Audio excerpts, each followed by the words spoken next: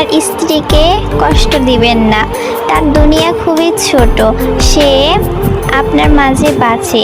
আশেপাশে এত হাজার মানুষ থাকা সত্ত্বেও সে শুধু আপনার কথা শোনার জন্য ব্যস্ত হয়ে পড়ে, আপনার কথা বোঝার চেষ্টা করে, তার সারাদিনের গল্পগুলো আপনাকে শোনাতে চায়।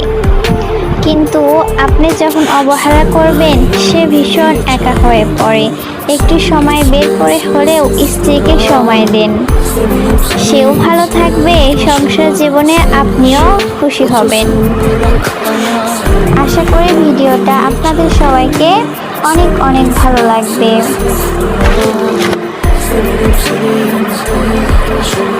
সবাইকে ভিডিওটা শেষ পর্যন্ত দেখার জন্য ধন্যবাদ। যদি ভালো লেগে থাকে তাহলে সবাই লাইক কমেন্ট করবেন।